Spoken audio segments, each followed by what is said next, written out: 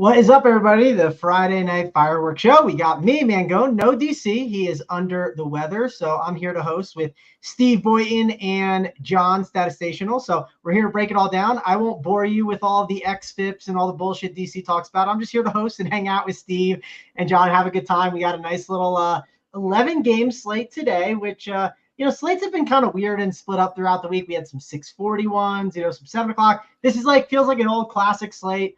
Pretty excited for it. Steve, I'll go to you first. You were live on TV watching the O's last night, clapping it up for the team. So, and it's also your birthday weekend, so I'm sure you have big plans, but talk to us. How's it going? Yeah, I was in town for a 4-game set. The good thing about the White Sox sucking is you can get front row seats behind the dugout for like $60. So did that last night. Got to go to the game tomorrow. The weather looks good. That's actually, we have a couple of weather games tonight that we'll talk about. It's one of them here. We're supposed to get big time storms. So, we can talk about when the game comes, but yeah, the Friday slates are reliable. They're always big and, they've been fun this year. So excited to get into it. Yep. The chat is kicking. We got our guy here. Baseball bong rip season continues, baby, in Colorado. So, He's been always ripping bombs while listening to the show. So glad to have you here. P. Lally saying I'm throwing shade at DC. That is correct. We are throwing shade at DC. There's no way he's watching. Of course, Timberwolves lose, and what happens? DC, Homer Simpson, Bush.gif. He is hiding. So, let him hide. And of course, our guy JT Hayes is in the chat. Welcome, JT. Glad to have you in the chat. John, let's go to you. How are things going in your neck of the woods? I believe you're down in Florida enjoying the sunshine. We're starting to get sunshine in our areas. It's been a little while, but I'm sure you're having a good time down there in Florida. But how are things going over for you? It's going well, man. We're not getting the rain that you guys, or at least that Steve's getting up there, which we need. This is the time of year we usually get a ton of rain, just not getting it. But yeah, got to enjoy a little time in the pool yesterday. But today you guys are cutting into my pool time, so we're gonna have the show to do, and then maybe I'll hop in later tonight. We'll see. Yeah, sorry for us intruding on your pool time, John. Hashtag how rich. As people said to me when I went to the Timberwolves game, they kept saying hashtag how rich. Well, I don't get to jump in the pool every single day, John. So I have to, tough it out in the cold like Steve Boynton over here at times. We don't get as much sunshine as you all year long, but. Hey, we got 11 games to break down. Let's dive into it. First game up, we're going to go the DraftKings order. We'll kick it off with the Dodgers and the Cincinnati Reds. And Dodgers-Cincinnati Reds is definitely going to be a fun game. We don't always get the Cincinnati games on the slate, right, in Great American Ballpark, and we get one of the best offenses in the league, right? Who doesn't want to play Ohtani? He's one of the best. He feels like an easy roster every single time, but it's an 11-game slate. So can we afford the Dodgers? We also already got the lineup, which is nice, where we have some value throughout it with Lux, Chris Taylor, 2.1K, Mr. Pajes, and Rojas. So we have enough value to make it work. But the question is, do we want to go to them in this spot going up against Graham Ashcraft? And then, of course, we got James Paxton on the opposite side, which James Paxton is either going to be really bad or really good. It's really no in between with him. So you could make a case for the Reds. Steve, I'll go to you first, though. Break this thing down. Who on earth are you playing in this game? Yeah, fun to get a Great American Ballpark game on a weekday slate. I feel like they're usually only on Saturdays or Sundays, and we get the Dodgers in town. So the Dodgers huge park upgrade here on a slate where we also have Coors. So it'll be interesting to see Coors versus Dodgers ownership here stats. I'm not sure if you've run things already, but obviously a great spot on both sides. Ashcraft, kind of a reverse splits guy. We've got the Dodgers lineup here, only the 3 lefties. So, they're kind of leaning into that. I do like that from the Dodgers lineup. And then on the other side, man, Paxton has been arguably the luckiest pitcher in baseball so far. He's got a 13% strikeout rate, and a 13% walk rate, 87% strand rate, 240 BABIP. Pretty fraudulent, 2.84 ERA. He's got the highest, we talked about not saying XFIP. He has the highest XFIP on the slate, man, going here. Regression's coming at some point. I tend to think that, a game on the road at Great American Ballpark is a good spot to kind of target it. The Reds haven't been great, right? And especially of late, but they have been better against left-handed pitching than right-handed pitching overall. I think it's a great spot to be on both sides of the bats here. And I think, like if you're playing single entry, I think going Dodgers over Phillies because of ownership is definitely in play here. Yeah, definitely think the Dodgers are going to be a great offense to attack here. And again, Great American Small Park, as the chat says, right? Dwayne, Great American Small Park. We don't get it much. Steve is right. We have not gotten it that much this year, especially on the weekdays. So I'm pretty excited for it. John, I will head on over to you next. What are we doing with this game, though? It seems like a good one to target. Curious to get your thoughts. Yeah, we're starting off with the real interesting game from game theory standpoint. Steve mentioned we've got Coors tonight, right? So Coors always kind of throws a little bit of a monkey wrench into the equation for us. But what that's doing is I think we're going to get some leverage on the Dodgers. So I think it's kind of not a bad spot to pivot. You're paying up for the Dodgers, but you're paying up for Philly as well, who are going to be in Coors tonight. So if you want to pay up and go a little cheaper on the pitching and then get yourself maybe some leverage on the field, I think you could probably do that on the Dodgers side. I mean, I've got them projected for, I think, 5.7 runs when you look at the betting markets. Philly's projected for 6.5. So after those two teams, no one's really close. So those are your two highest projected team totals of the day.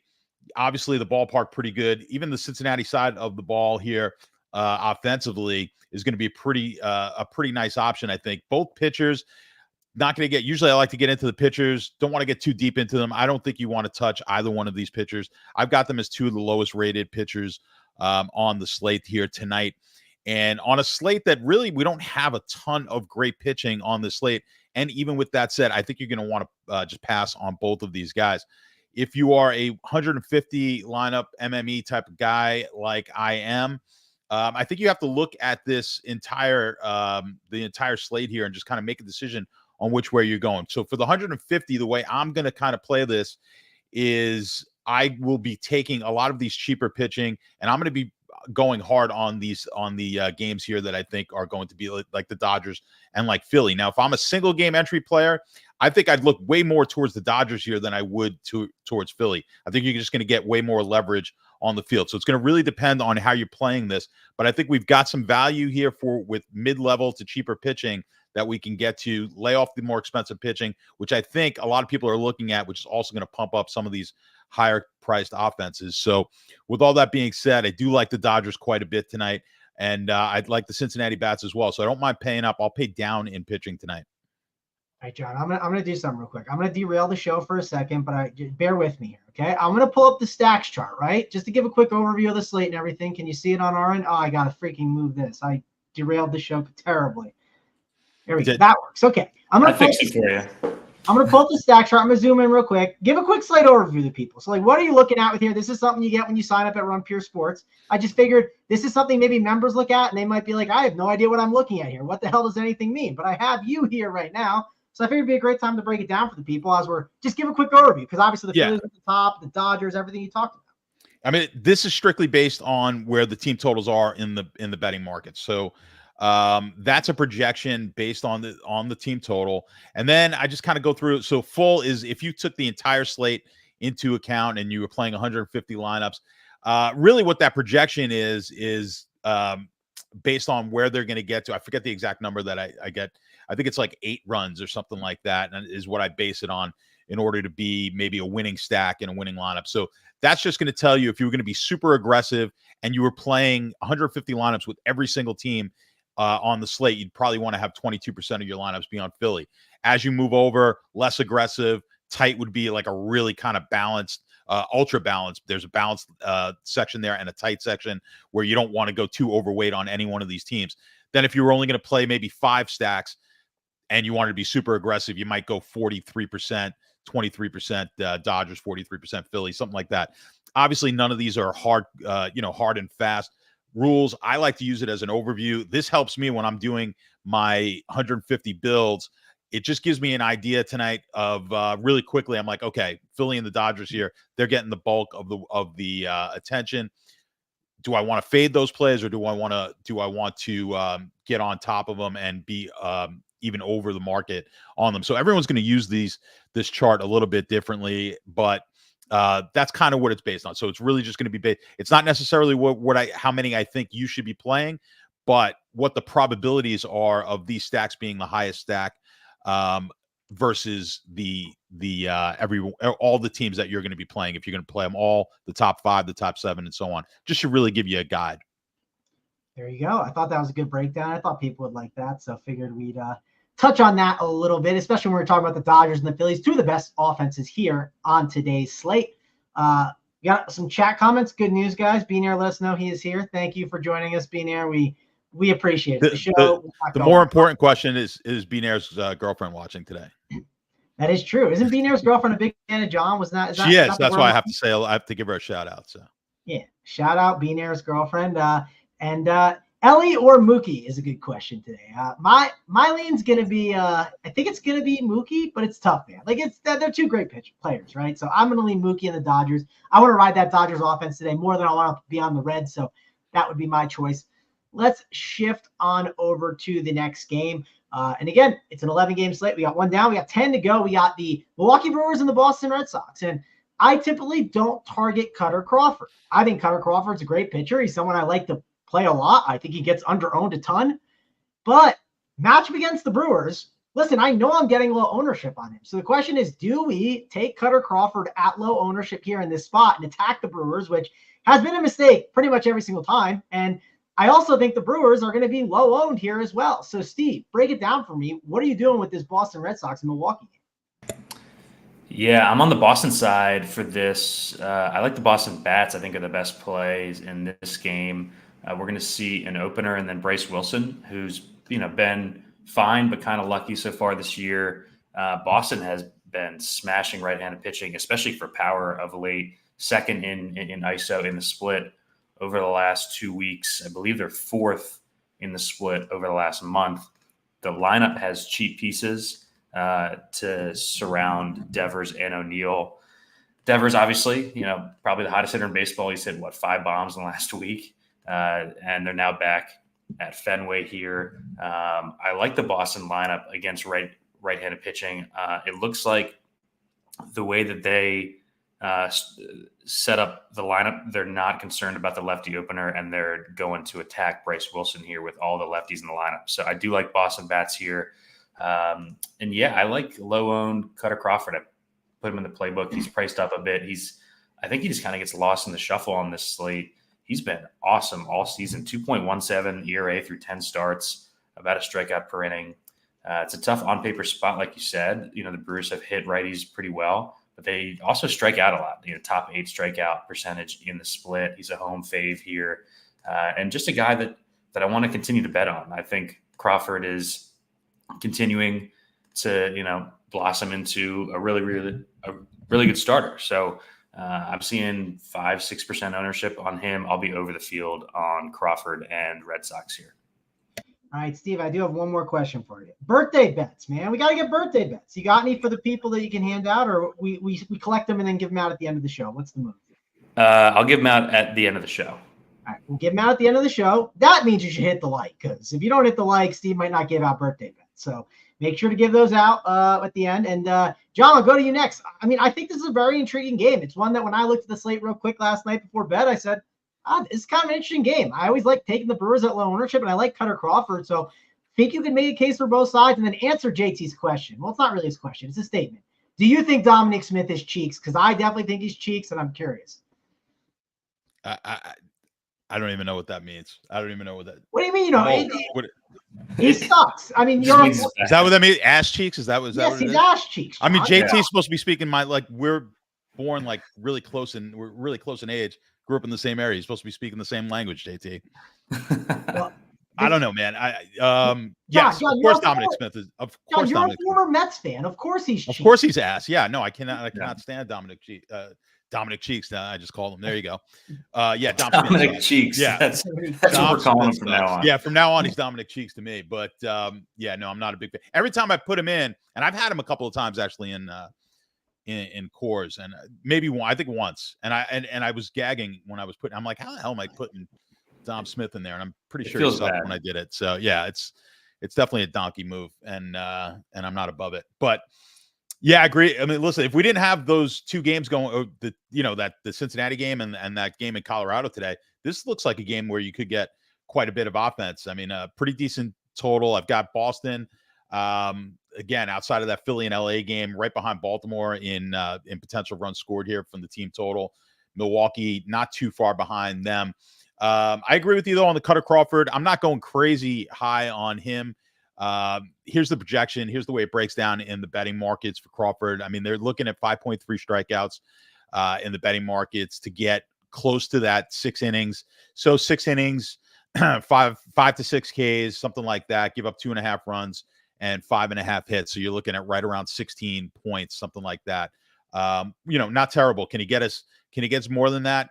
Can he break the slate? Yeah, I mean, he could get us up to 8, 9, 10 strikeouts, get us into the 7th inning, something like that, and definitely be a viable option. I'm not going to go too nuts here. What I'm doing on my strategy is, and you're going to hear me say this a lot as far as my own personal plays, I'm going to be very close to the market here because that's how I'm kind of playing pitching today. I'm really going heavy on, like I said, those two bigs. I may be the total donkey move. We do this all the time, and it sucks when it doesn't come in. But when those Colorado games, especially with a team like Philly and the way I think the Dodgers set up nicely today, I'm just going to go heavy on them and then kind of go even on the pitching and let the chips fall where they may. And if those games do go off, I should find something up near the top in the 150 of my 150 lineup. So that's kind of how I'm going. So I won't be too crazy over the market. I should be just right around that 5 to 8%, something like that on Crawford. And I'll be less than that, maybe 3 to 4%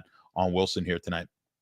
Yeah, if you're mad at John's analysis on Coors slates, I will direct all your questions in the Discord chat to JBC. JBC forces John to play Coors every single time. He loves the Coors. Yeah. He loves the Coors. But sometimes I disagree with him. Sometimes tonight I think it's just one of those nights I like it, and we're going to go heavy. But again, I would advise single entry. Don't go anywhere near the Coors game. There we go. Let's head on over to the next game. Texas Rangers and Minnesota Twins. You will not get Homer Minnesota Twins takes like DC does here from me, but the wind is blowing out. It's definitely a game that I think has to be on our radar a little bit, especially with Jose Urena on the mound. I mean, it's 2024 and Jose Urena is still pitching. I don't know how. Bailey Ober on the mound too. Bailey Ober, he can blow up at times. He's definitely a solid pitcher, but this is a good offense he's going against. I mean, this Texas team can definitely get a hold of him. I know they had a little bit of a rough lineup yesterday. The lineup today looks a lot better. They got Corey Seager back in there, Jonah Heim, Evan Carter back in the 8-hole. No more Travis Jankowski in the 5-hole, back in the 9-hole where he probably belongs. So good Texas lineup. Steve, with the wind blowing out, are you interested in this game? Yeah, I don't have much interest in either pitcher. I think on a different slate, we would see the Twins much more popular. If we didn't have the Dodgers at Cincy or a Coors game, I think the Twins would come in pretty popular here against Urena. He's been really bad for a long time. Expected ERA over 5.5 since 2021. Guys like this just don't continue to get start after start. He's only in the rotation because of injuries right now. But that being said, the one thing he does do is keep the ball on the ground. Really high ground ball rate. You really have to string together rallies against him. And he's a huge reverse splits guy too. So like that mixed in with the Twins penchant for pinch hitting has me a bit concerned with Twins here. I do get the spot. The team total's nice. I'm probably not 5-manning the Twins here. I play 20 lineups, not 150 like Stats does. But I am going to keep them in the pool for secondary sacks. I think that they complete lineups pretty well. You're just kind of hunting the power here. Man, Jeffers has gotten expensive. He's up to 5,200, which is just wild. But yeah, no, I'm sticking to 2 and 3 mans. It would be the Twins side. I don't love going up against Ober here. Texas just missed my pool tonight. All right, the Texas missed your pool, John. They're definitely a team that I think you can't completely argue with. And are you playing the Twins? I typically don't like to play the Twins. And listen, Jose Urena, he has found a way to be a magician for years, and I'm going to hope he finds a way again. I know he won't go out and get 8 strikeouts, but I think he can do enough to get past the Twins. How about you? Yeah, I'm not going to be high here on Urena. Do have I am playing them a little bit just because of the price, but I like the Twins bats maybe more, certainly more than you do. It sounds like to me. I never like the Twins, John. Literally. No, I get it. But I kind of like where Steve's going, where he's going to have them more in 2-man stacks or secondary stacks. I kind of like that as well. I like to play 5-2s, and I agree. They're going to show up a lot more often for me on my secondary stacks than they will my main stack. And I think you can get in, you can get a couple of cheaper pieces with Minnesota. I think against a pitcher who I think is going to give up a ton of runs here in this game. I don't just all the metrics that I have. And when I look at the betting markets, one of the lowest projected pitchers on the slate is Urena tonight. Just to give you Ober's numbers, as far as the betting markets go, they're looking at about 5.3 Ks, 17.2 innings, 5.3 hits, and 2.6 earned runs, which gives you right around 16 points for Ober. So it's kind of very similar numbers that we saw with Crawford at a cheaper price. So I do like Ober a bit more than maybe Crawford. And so I'm going to have a little bit more ownership on the Ober side, and I am going to be playing Minnesota probably a little bit more than you. And like I said, in those secondary stacks, won't have much Texas at all in this game. Steve, I'll ask you this: the pinch hit risks, right? People love the pinch hit risk question on the Twins. It's always asked in the chat. It hasn't been asked yet, but I'm sure it'll be coming. So, who are the pinch hit risks that you're worried about on the Twins? Yeah, so it's the same guys as usual for the Twins. Let me pull up their lineup here. Julian, Kirilloff are probably the two riskiest when Texas brings in a lefty out of the pen. I'm pulling up the Rangers bullpen situation right now. They only have one lefty in the pen right now. He's more of a middle relief type of guy, so maybe a bit less than usual here. But yeah, it's Julian, Kirilloff are the two biggest risks.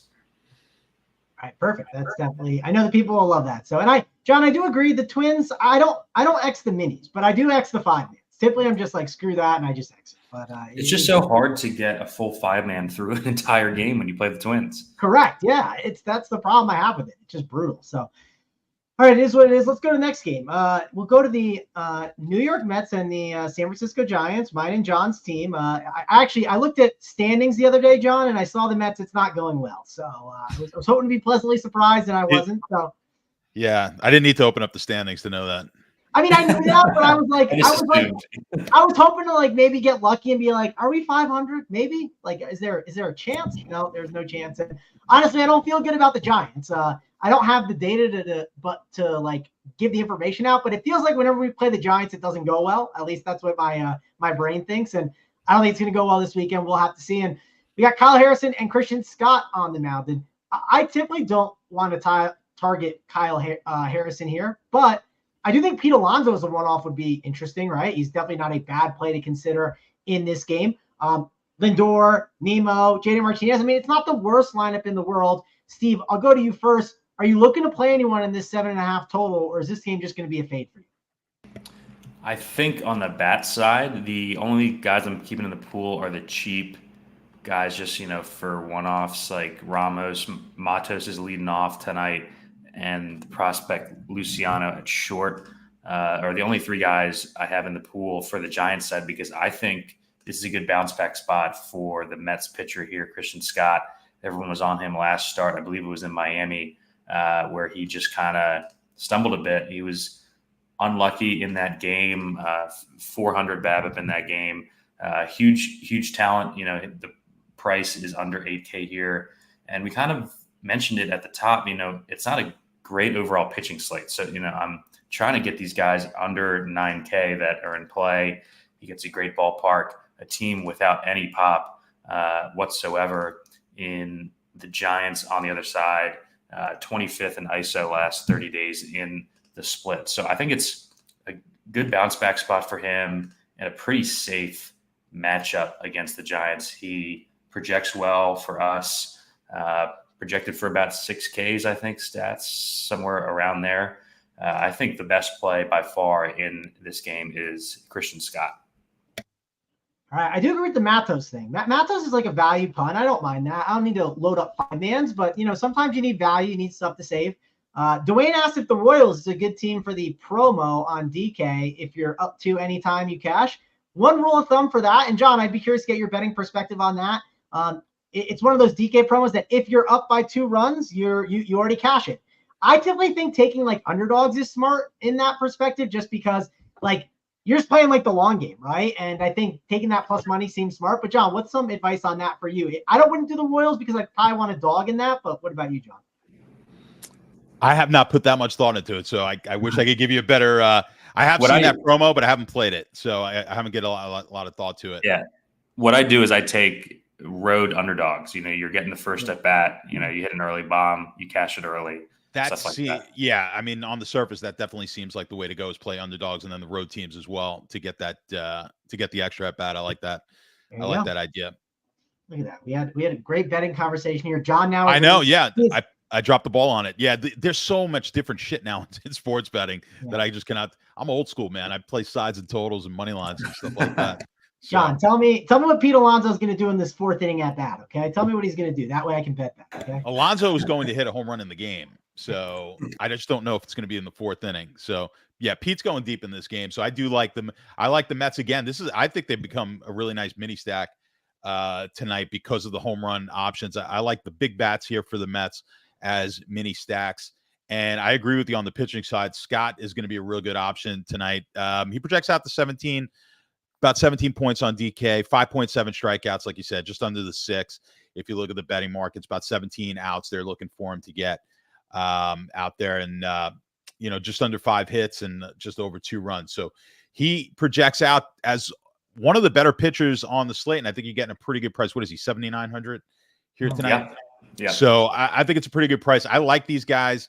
I like some guys down in this that 8K-ish range tonight, and I think you're going to probably need that if you're going with some of the more expensive bats that we've got on the slate. So I'm going to have a decent amount of Scott. Where did we have on Saber? Like, where are they looking at his mid-20s ownership? Mid-20s, yes. Yeah. So for me, I'm going to be in the 30s here. And like I said, I'm not going terribly crazy over or under on any of these pitchers here tonight, but Scott's going to be one of the guys I will try to get over the market on, just because of that price and how he's going to be able to fit in for me some of the more expensive stacks. So not going to be heavy on San Francisco at all. Won't have too much of them, but I do like the Mets quite a bit, secondary stacks and Scott. So the Mets never let me down. Talking us into Mets on a Friday show, what could go wrong? I know. One thing I will say, if you're playing Christian Scott, Redmond's right. I would be scared of Matt Chapman right now. That dude has been swinging a hot stick, and it is kind of hot in New York. So it's 80 degrees, wind blowing out. Should be a nice Memorial Day weekend down the shore. I will be missing out on that since I am stuck in Colorado, but that's okay. So I think Matt Chapman is interesting one-off. I would not totally hate that, but shift on over to the next game. We're 4 games down. We got a bunch more to go. We got the game, Steve. We got the one you got to talk about, Baltimore and the Chicago White Sox. We got Corbin Burns on the mound versus Chris Flexen, and Chris Flexen going up against Baltimore. That seems like a hitter's paradise. Seems like a pretty good spot. The question is, what do we think about the weather here, right? I think this is going to be a tough one, Steve. Maybe you can give us some boots on the grounds take on the weather and then talk about your Baltimore Orioles. Yeah, great spot. Both for Burns and for the O's bats if this game plays. Right now, it's looking better than it looked earlier today because the storms look like they're pushing later into the night. I don't have a great read on it right now. This is going to be one where, if you're a member, stay tuned in the Discord. I think this is going to be a closer to lock call that we have to make because it's not like driving rain. It's going to be a random storm that could just knock this out. If we talk about it as if the game is playing, I think you can argue Burns is the best pitcher on the slate here. I'll be interested to see how people play him with the weather concerns, because a lot of people might just have written him off early, assuming that the game's getting postponed. I'm seeing under 25% own for Burns. He's coming off the awesome outing last time out. That was against Seattle, I believe, where he struck out 11. Not as good of a strikeout matchup as Seattle, but the White Sox, bottom 8 offense basically in every metric here. So have a bunch of interest in Burns if the weather looks good. It looks like we just got the O's lineup. It's a bit cheaper today because Rutschman's not starting. They got McCann in there. I think the O's would be interesting if this game plays. They're not my favorite stack. They're kind of expensive overall, and I do prefer them against left-handed pitching overall. But I think that they're in the conversation for like top 4 stack on the slate. Yeah, definitely in play as one of the top 4 stacks. The problem that we got here is the weather, right? And that could keep the ownership down. We'll have to see. Obviously, if we don't want to play that game, we'll be in the Discord chat, right? That's what the benefits are of being a Run Pure Sports member. We talk about it leading up to the game. I know Stats gets in there. If he's not playing the game, he says, I'm staying away from her. He says, I think it's a good game, and we'll just stay on it. So that's the benefits of being a member over Run Pure Sports. So use that code. We'll use DC15. If you want DC15, get you 15% off, even though he is not here. But go sign up and check out all the good stuff that we got. But, John, break this game down for me. Obviously, there's weather concerns, and you talked about how you are spending for more offenses today. So because you're spending for more offense today, maybe you want this game to get washed. Maybe you don't want to even think about Corbin Burnes on this slate. Maybe I'm wrong. Let me know. What are we doing here? Well, I'm feeling fairly confident this game is going to play. So I'm just going at it right now. This game's going to play. I think the game in St. Louis is a little bit more of a question right now. I think the Chicago game goes. So I'm not, as of 5:20, I'm just looking at this game as no problem at all. Yeah, there is the potential that we get Burnes maybe at a little bit lower ownership because of the weather concerns. The other thing that I think probably weighs even heavier is just the fact that he's 10-6. And with the expensive, when you've got the Dodgers and Philly at high prices tonight, that's what's really going to keep the ownership a little bit suppressed on Burnes. You are correct.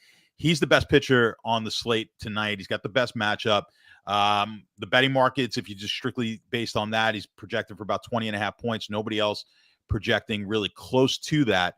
So he is the best option on this slate. He's projected out for 6.3 strikeouts to get you 6 innings, just about complete 6 innings here on the projections, with only giving up 1.8 runs in the betting market projection. So Burnes, absolutely the best option, playing that crappy Chicago offense.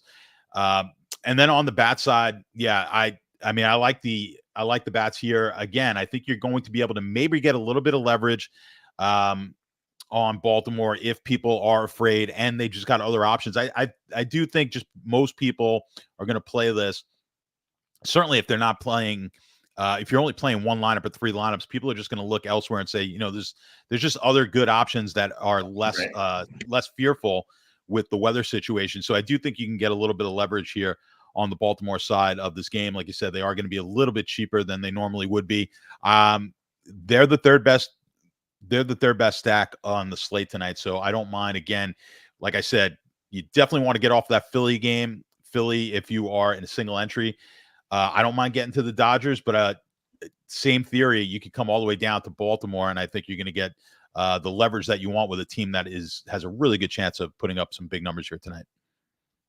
Yeah, definitely love this spot for Baltimore. It looks like the game will play, so that'll be one that I'm considering. I'm sure I'll get some exposure to it.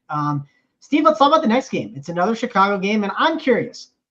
I know the stadiums aren't right next to each other, but 2 games in Chicago, and one seems way more likely than the other. I'm just not totally buying it, but maybe since we got boots on the ground and we know you know the area well, maybe you can tell me why. So why are you more worried about this game? And if it does play, what's your thoughts on it? Well, I'm more worried because it's a long drive from Chicago to St. Louis where they're playing the second game. Oh, I thought it was both in Chicago. Okay. Yeah, the south side and north side aren't that far apart. But they're in St. Louis. Yeah, it's about 15 miles normally, but they're in St. Louis here. Yeah, my bad. I read it wrong. I must have must have read it backwards when I saw it. You're in soccer mode. You're reading it backwards. Right. I think this game's going the other way, Stats. I think I'm more concerned about this game than I was earlier, and less concerned about the White Sox game than I was earlier, which is a bummer because we got Imanaga on the hill. He's been awesome. I think he's got the lowest ERA through 9 starts in MLB history. The guy has just been so dominant. The splitter, he's so fun to watch. You know, he goes north-south. You know, it kind of reminds me like when Blake Snell is awesome. He's, you know, up high fastballs, low splitters, down under the zone. I'm concerned about the weather though. I think at 11K, I think it's worth a fade here. and just getting higher on the other pitchers in the 10K range. I like Burns. I really like Gallen, who we'll talk about. So at 11K, I think the risk is high enough where I think you can just assume a postponement here. I mean, if you pay 11K for Imanaga and they get a big storm that hits in the third inning, you're just fucked. So I don't love the spot for him anyways here, and I don't love the spot for bats on the other side. So I'm going to play this as a postponement personally. Yeah, listen, I want to play Imanaga. I think he's been amazing. It'd be a great spot for him, but it just, it's going to be a tough one to kind of pull the trigger on. Stats, I'll go to you. Before that, though, JT, aka Jason Kidd, you got to game the coach tonight. So get on out of here, you bald-headed loser, okay? Hit the like on the way out at least, please.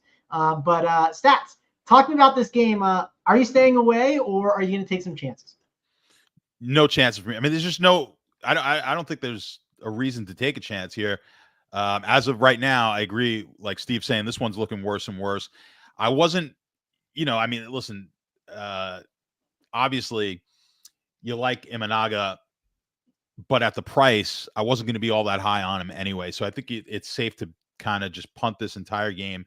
And I think a lot of people are going to be fading that. I just think offensively, for sure, we've got so many better options.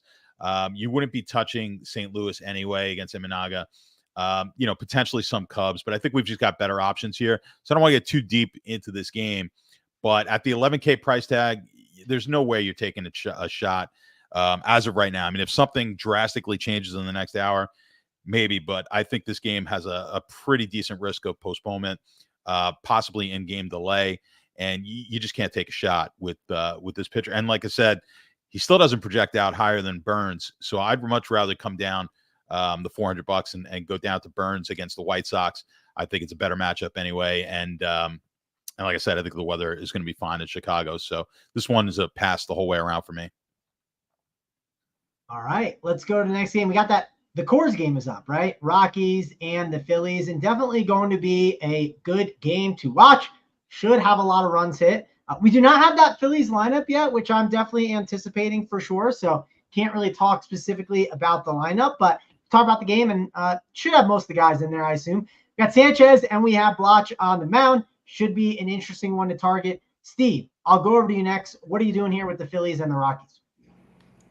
Yeah, let's talk about the pitching first. I think Sanchez is in play here. We played more pitchers in Coors this season than I think any season beforehand. Stats, I think we talked about this the last Friday show that we were on with Coors. It seems like they're kind of pricing in the Coors risk with these pitchers now. So at 7-2 on a slate where we do want to spend on bats, I'm going to have some Sanchez in the spot. He projects fine. And he's a turbo ground ball guy. He's like second to Framber in ground ball rate. 61% ground ball rate this season is awesome. And it's going to help him here in Coors. You keep the ball on the ground. Love that. The Rockies lineup 26 in weighted runs created plus against lefties, 24th in ISO. They've hit around a bit lately, but that was against Oakland. This is a real pitcher here. I think Sanchez is good long-term. I'll be playing him. And then, the bats is a huge discussion. I think we see massive ownership in single entry stuff. Like Stats was saying, I think it's a good fade spot in single entry. The question is, how much do you have in 150? I will say the back half of the lineup has some good sticks. Like Sosa has been awesome ever since Trey Turner has gone down. I think he's a priority here, hoping that, people don't go as much to the back half of the order. I think Sosa is just an awesome play. I bumped him up. Him and Rojas, I think, are just fine at the back half of the order. I actually prefer like a wraparound stack here. You play Sosa, Rojas, and then a couple studs and avoid, Castellanos would be the way that I'm playing it. All right, Stats, go over to you. Obviously a game that you're going to like. It seems like it's going to be one of your highest exposed games on the slate. I agree with Steve. Like the idea of getting to Sosa. Alec Boehm, I know he has been an absolute monster this year, and he's expensive at 6-1. And honestly, a lot of these hitters are going to be expensive here on the Philadelphia side. Even Nick Castellanos has found his way to 4.8K. He's definitely been hitting the ball a lot better. And then, of course, we have the Rockies and the Christopher Sanchez play at 7-2. I'm curious your thoughts on that, too, because you talked a little bit about trying to get cheaper pitchers on this slate, and they're going to offer you a discount. I think you might bite at that price.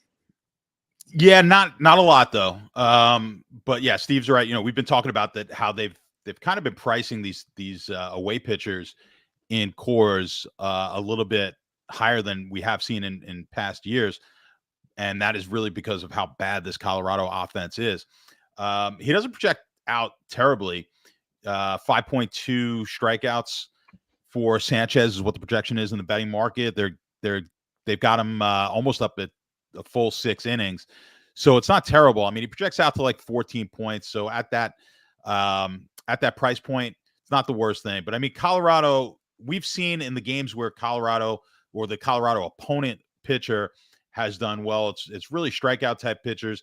And we've also seen that Colorado number as far as team total be a lot lower. It's up in the 4.5 range, which is kind of a high total for the Rockies, even in Colorado this year. I mean, they've been down in the low 4s, if not high 3s on their team total, even in Coors. I mean, we've seen Coors games at 9.5 total run totals, which we just have not seen in years past. But Philly, for sure, offensively, they're going to score some runs here tonight.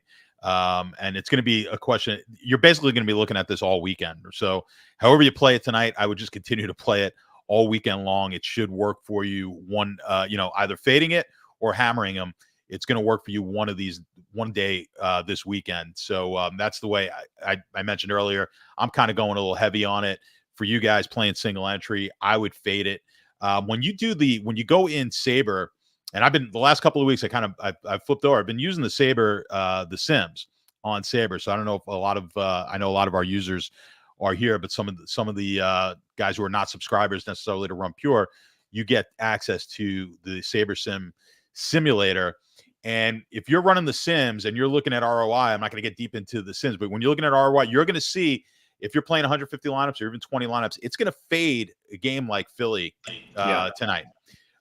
So then it's just up to you whether or not you want to change that. But the reason it's doing that is because there's going to be such high ownership on Philly. And it's kind of the same logic that I have here without using a sim, which is, it's baseball. Anything could happen. They score 6 runs, which is great. Their team total 6.5. That means they're going to score 6 quite a frequent amount of time. That may not be good enough. It actually most certainly won't be good enough for a main stack unless they were all, couple multi-home runs from the right guys. But it most likely that is not going to play out in your favor. You're looking for 10 runs plus here tonight. So if that does not happen, fading it is the way to go. So when you're doing the Sims, if you're new to the Sims and you've got a Run Pure membership and you're on the Sim, understand that it's going to be, if you're playing 150 lineups or 20 lineups and you're just strictly going on the Sims and you're looking for ROI, it may be a little uncomfortable for you if you're not used to fading it, where you're going to say, where the Sims just say, hey, we're going to play very little Colorado or Philadelphia here tonight. So just keep that in mind when you're doing it.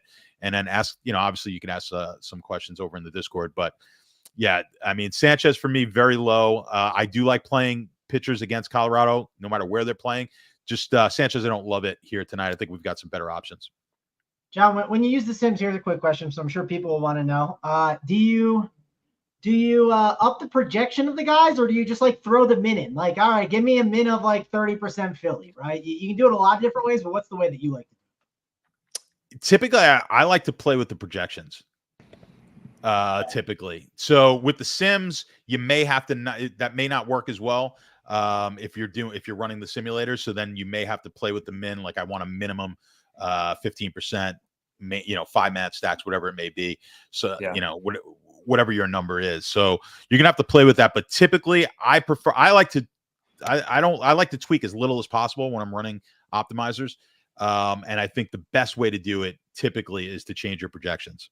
Steve, do you just jam it? I kind of jam it sometimes. You just get frustrated and I just say, fuck it, give me this offense. And then I just toss it in there. I set my parameters. So when I play 20 lineups, I know which 4 to 5 teams I want 5 mans of, and I'll force it to give me at least some of each of those.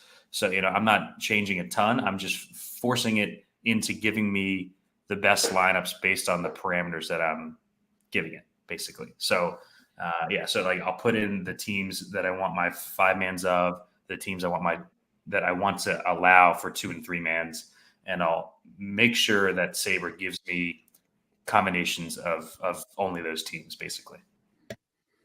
All right, very good. Let's go on over. We got 4 games left. We got 15, 20 minutes, so we'll be able to crank through these pretty easily. Next one up, we got Cleveland. We got the Los Angeles Angels. This one's in Los Angeles, JT. I'm on it. I got it right this time. So this one's in Los Angeles. And pitching, we got Sandoval and we got Logan Allen. And the Angels have been a lot of a better offense. Surprising they lose Mike Trout, right? And the offense just somehow has improved. It's weird, but it's just true.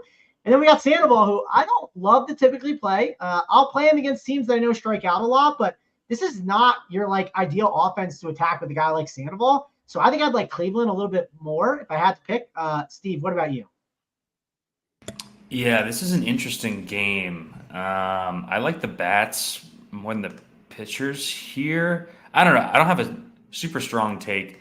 The Angels have been so hot. I know they've been good to stats here lately. Just been riding the wave. They are up to, over the last month, 3rd in weighted runs created plus against left-handed pitching, not striking out at all, 2nd lowest strikeout rate. I'm going to keep playing them. No one wants to play these guys slate after slate. They're still relatively cheap outside of Ward. I think they work great as both 5 and 2/3 mans. You have cheap bats in the lineup. Pilar has just been absolutely smashing left-handed pitching. I think he's the best play here. He's been swiping bags too. So yeah, I like the Angels side more. I think Sandoval is going to get some ownership here based on his price and projection.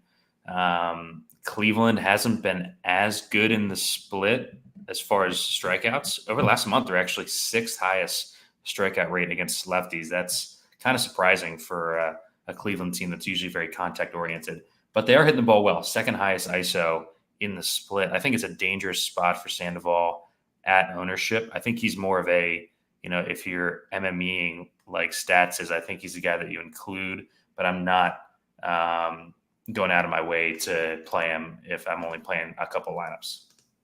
All right, stats will go over to you. Cleveland and the Angels. I believe, did you ship the other day with an Angels stack? I believe that's correct. I thought I saw that. So maybe you do have some interest in this team after what they did for you, but what's your thoughts on this game? They've been very good for us the last maybe 2 weeks. It's been shipped a couple of times here with the Angels. So yeah, they've definitely been hot. Not quite as hot as Steve's date at the game last night, but pretty hot nonetheless. I saw the video. So that was impressive, Boynton. Thank you. Thanks for not inviting. Well, there's probably a reason you didn't invite JBC to the game. I'm actually seeing him tomorrow. I'll be at the game. Not with her though. No. Guys, day at the park. That's a smart idea. Just leave. You don't want to bring her. Yeah. Not with JBC. Yeah, you gotta date her for a few years before you can invite. John has experience with JBC getting his women to fight with him, right? Is that true, John? You've had issues with JBC and the women? No. I mean, listen, he's just foreseeing what would happen if that was the case. Well, you don't want her to think that that's like that's a reflection on you. She's like, right. You know what I mean? So. And it takes a whole lot of explaining before you introduce them. It's just not worth the hassle. You got to make sure she's the one. Right. So, but I can't, he has been a pretty good wingman for whatever reason. I've always done well when he's around. Maybe he just makes me look good. I don't know. I thought it was his wife was the really good. She was excellent. Yeah, that was actually my last like long-term relationship. They were there for when I met her. So yeah, she did help me out with that one. So that was good. Yeah. Well, so obviously the Angels have been good to you, but did you finish up your breakdown on that game? Yeah. So I actually, so part of one of the things I don't want to get into, I hate to like hold back some secrets, but one of the things that triggered me to the Angels a few days ago, and it had me on Arizona a little bit, just not necessarily on that team, but as a team that potentially has a chance to be one of the teams that we're looking at the bottom as far as team totals that has a chance to break out. It's actually Cleveland today. So while Sandoval, yes, is going to be owned a decent amount here, 7,700 on the price tag. I don't particularly love Allen, but I think Cleveland has the better shot of busting out.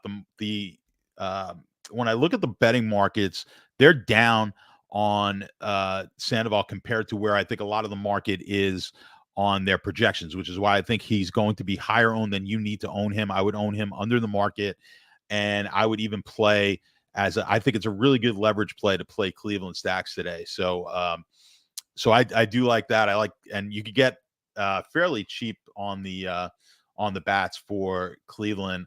I like them certainly, even if you do a main stack with one of the more expensive, maybe you could even do a Cleveland Dodgers or Dodgers with the Cleveland as the comeback, something like that. But I think a very low owned sneaky play for me is going to be Cleveland today. All right, Cleveland. It is. I think they're interesting. So listen, Sandoval. I'm always down to target at times, especially with the team especially the team doesn't strike out a ton. I feel like it's a good spot for him. So I'm kind of with you there on that, John. Let's go to the next game. Miami and Arizona, and Zach Gallen on the mound against Braxton Garrett. And two pitchers I'm not dying to pick on here. I think you can make a case for some of those righties that can mash a guy like Garrett here, but I don't know. Not a game I'm super high on. I think you can make a case for the pitching, though. Steve, what about you? Yeah, I like the Diamondbacks bats a ton here. They have been smashing left-handed pitching all season. Their lineup, we've talked about, just sets up so perfectly to crush left-handed pitching, with Cattell leading off has been awesome. Carroll can hit lefties. And then Gurriel, Walker, Grichuk, and Gino Suarez all with huge pop against left-handed pitching. We've seen Garrett really, really struggle out of the gate. Yeah, he's been unlucky, but man, Arizona here at home, really, really like them as like an under the radar stack. I think they just get lost in the shuffle with all the good spots on this slate. So yeah, I love the Arizona stacks here. My least favorite play there is always Kevin Newman. I always dock his projection a bit. Don't want a ton of him. And then Gallen, I think, is in a great spot too. We were concerned a bit at the start of the season coming in because the velocity was down a bit coming into the season. That has kind of been rectified. He's back to his normal velo. So that's no longer really a concern for me. Gets a bottom 10 Miami offense here at home as a favorite. I like Gallen here up top, especially like say the White Sox game starts to go south. I think that, Gallen just becomes the clear SP1 on the slate. But my main interest in this game is the Diamondbacks bats. All right, Stats, you interested in the Diamondback bats, or are you looking at other spots? Yeah, I mean, the Diamondback bats are certainly in play for sure. I think for me, the most interesting part of the game is Gallen. I think you need to be underweight on Gallen tonight. So I think the projections in the market are a little inflated. So I want to get under the market. Again, like I said, my own particular builds, I'm not going to be too crazy one way or the other here. But I think for you guys, if you are playing, again, single entry 3 max, 20 max, something like that, get yourself under on Gallen and get yourself overweight some of the cheaper pitching here tonight. So and that's, listen, he's rated, I've got him, the points and his strikeout numbers and his projections based on, it's not terrible. I just think we're paying a little bit too much. I mean, he's got a 6.1 projected strikeouts. That's, I believe, it's second to Burns on the slate. So it's not like I expect him to get touched up. I just think we've got we've got better potential here from these guys that are a little bit cheaper. I do agree with you. I think the Arizona bats are going to be overlooked. So I don't mind getting on some of the Arizona bats here. I've got them kind of mid-range as far as where they're projected in the team totals and the ownership levels. I haven't looked at it over on Sabre, but I think most likely here it's going to be fair. I'm just kind of glancing at it now. So, I mean, they're looking at everyone in like the single digits. Yeah, 5-6%. I'm seeing. Yeah. So I don't mind that at all. I like that call. I think they will score some runs here tonight. I don't mind if you want to take them as a stack. Just looking at the pricing on these guys and where it's at. It's not terrible on the prices either. I mean, you can get some you can get middle of the lineup guys at not too high a price. It's a good spot. I like it. Yeah. So all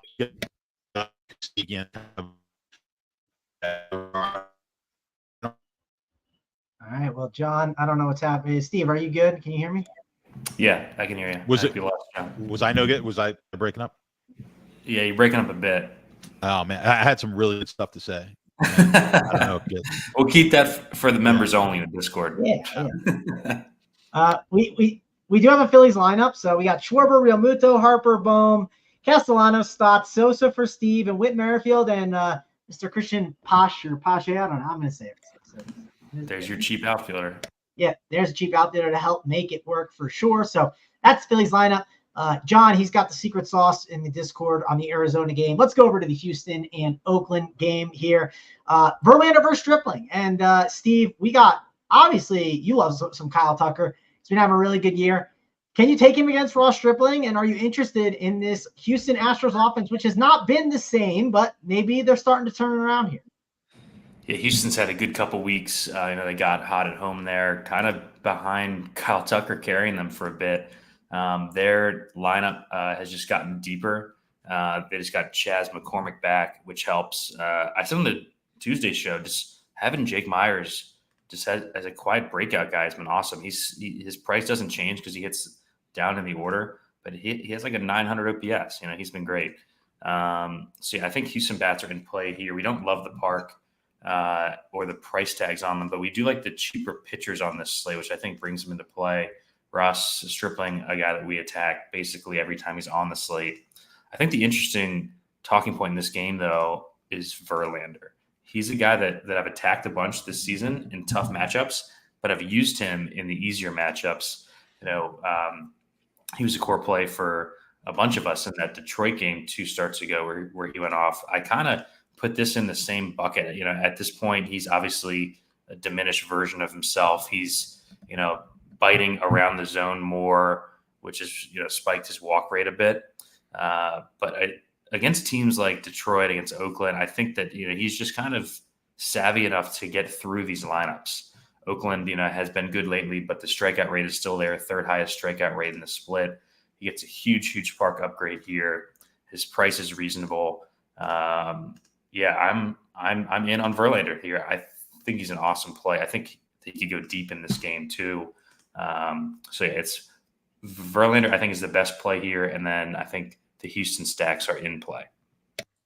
All right.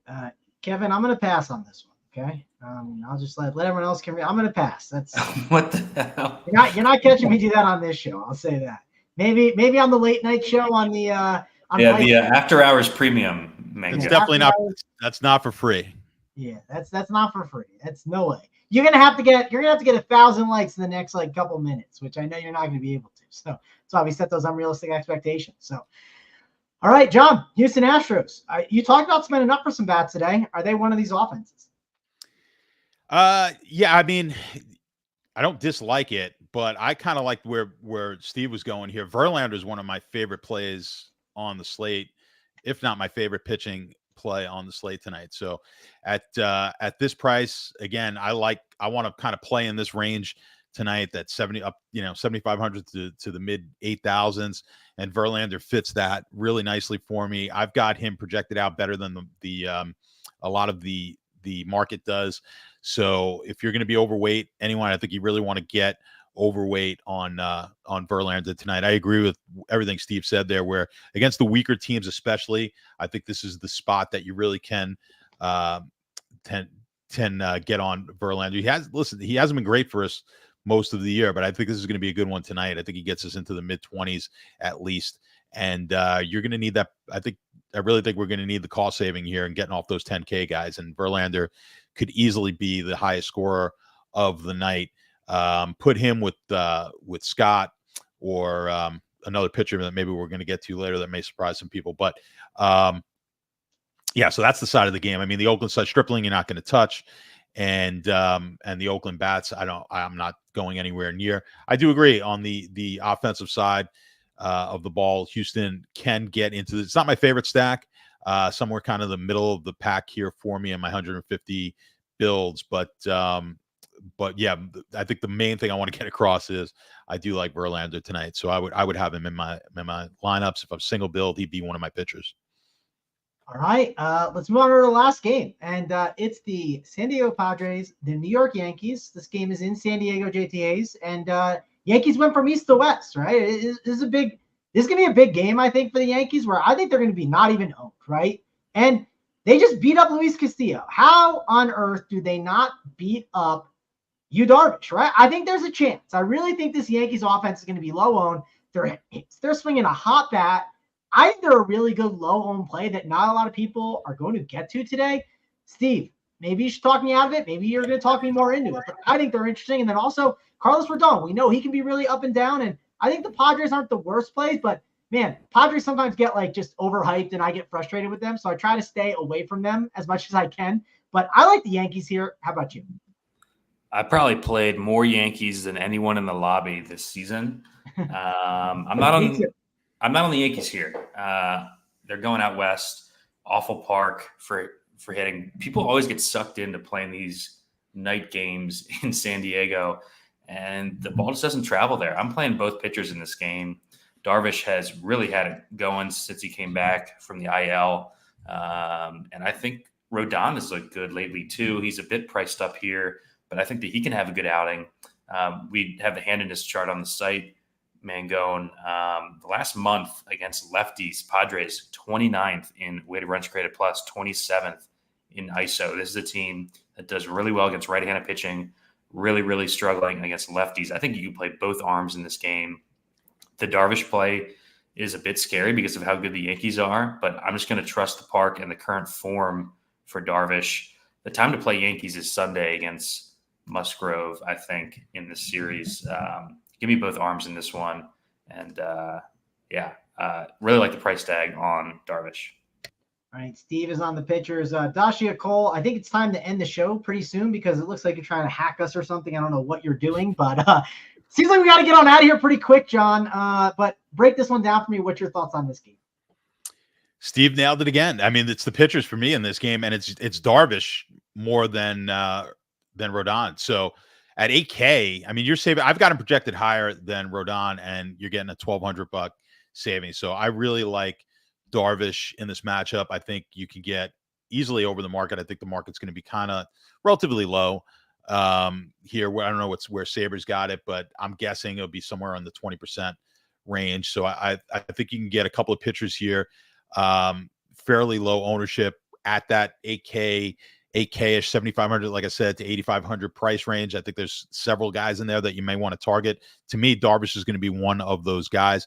I do like the spot, and I like the way the betting markets are going. So I do like Rodon as well, just not as much. I basically got these guys projected for just about the same. So like I said, why not save on the salary when I'm going to need it?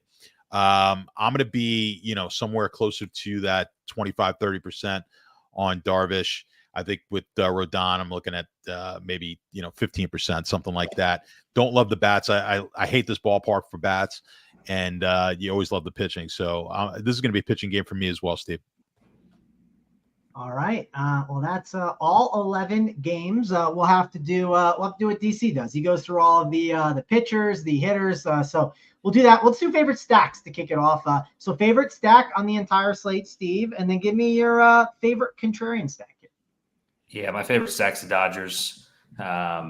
Just got to play them when they come east, especially in this park against a guy that I think they could really get to here.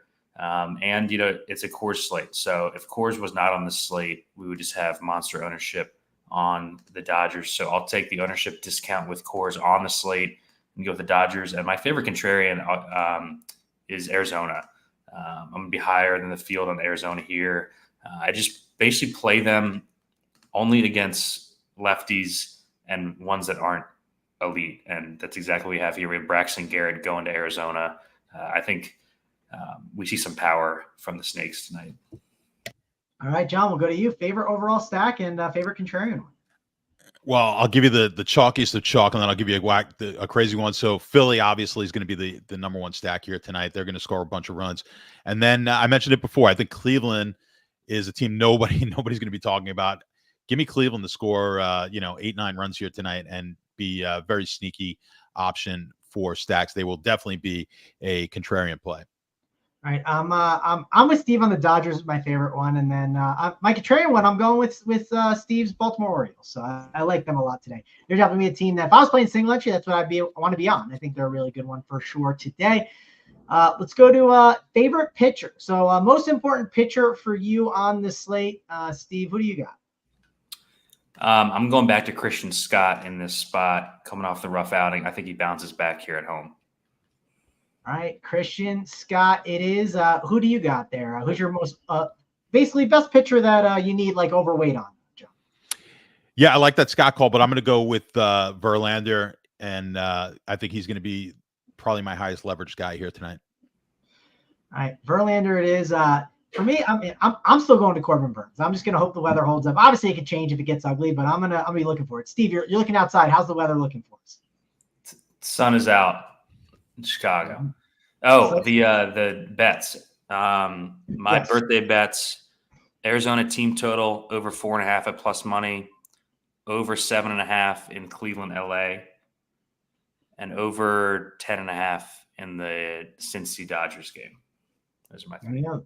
Those are the bets from Steve here. Then let's go to favorite home run call and overall hitter on the slate. Steve, I'll go to you first. Home run call. We had that question early in the show, Mookie or Ellie. I'll go with Mookie Betts home run to lead off the slate for us for the Dodgers. All right. Favorite overall hitter and home run call, John. We already got your home run call, but say it again. Well, I gave you Alonso's going to hit one, but I mean Schwarber's definitely going to hit one, but I do like Alonso to hit one as well. And let's see, favorite overall bat on the slate. I mean, it's got to be from the Philly game, and let's go with Real Muto. There we go. Sosa. Mundo Sosa. Well, Sosa is definitely he's going to be a key guy because of the price. So yeah, I do agree with you there. But Real Muto is my second highest owned Philly guy tonight. There you go. Sosa. You go Real Muto. You go Kyle Schwarber, who's going to hit one out. You go Pete Alonso's a one-off who's going to hit one out. And then go Christian Scott and Verlander. There you go. There's a core for you right there on the spot. I got my home run early I forget who it was, but I remember someone got it early. Yeah, it was right away. I forget who I had. It is fun when it's right away. I think one of mine recently was like 5 minutes in, and I was like, oh, well, that's good. Got that out the way already. So that was nice. But that's going to wrap it up for us here on the Friday Fireworks Show. Thanks a lot for joining us. Hit the like on the way out if you guys can, and check out all the content that we got here going on at Run Pure Sports this weekend. I'm sure we'll have tons of shows for you guys. I know we'll have the NASCAR show with Status Station. We'll help you breaking all that down. No MMA this weekend, and enjoy your Memorial Day weekend and the holiday. So for me, Mango, Steve Boyd, and John, we'll see you guys later.